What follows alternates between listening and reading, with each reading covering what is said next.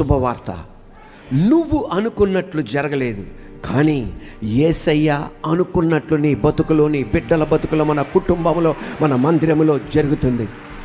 మనం అనుకుందే అంతా జరిగితే మనం ఈ భూమి మీద నిలబడం. ఎదరోడి నథింగ్, నేనే సర్వం అనుకుంటాం. మీసాలు ఉన్నవాడైతే దానికి బ్లాక్ పెయింట్ వేసి నిమ్మకాయలు పెడతాడు. ఇక ఆయన ఆపలేం, ఈ భూమి మీద ఆపలేం. ఇంకా కొంతమంది అయితే, మా మగవాళ్ళు అయితే 2 గుండీలు తీసేసేసి బంగారు కొబ్బరి తాడు కనిపెట్టేట్టు చేసేవాళ్ళు. మనం అనుకున్నదంతా జరిగేటట్టు ఆయన చేయడు. ఆయనకి తెలుసు మన ఎలా వంచాలో, ఆయనకి తెలుసు మన ఎలా నిలబెట్టాలో. అదే కనుక మనం అనుకున్నదట్టు సోమవారం జరిగి, మంగళవారం జరిగి, బుధవారం జరిగి, గురువారం జరిగి, శుక్రవారం జరిగి, శనివారం జరిగి, ఆదివారం జరిగితే ఇక్కడ ఒక్కడు ఉండేవాడు కాదు. మీరందరూ మర్యాదగా ఎందుకు వచ్చారో తెలుసా? నేను ఎందుకు ఇక్కడ ఉన్నాను తెలుసా?